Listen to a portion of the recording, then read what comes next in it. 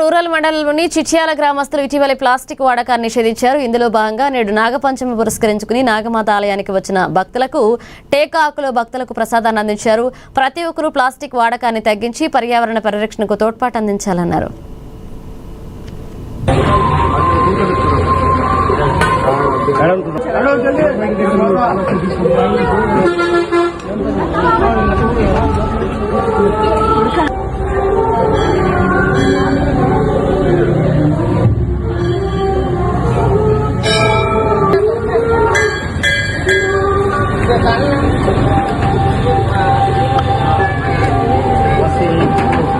టెంపుల్లో డిస్పోజల్ విలాసాలు సర్పంచ్ గ్రామ చిట్యాల సర్పంచ్ గారు, గ్రామ పంచాయత్ సర్పంచ్ చిట్యాల గారు, ఈ పెద్ద మనుషులు, గ్రామ పెద్ద మనుషులు, టెంపుల్ పెద్ద మనుషులు ప్లాస్టిక్ గిన్నెలు బంద్ చేశారు.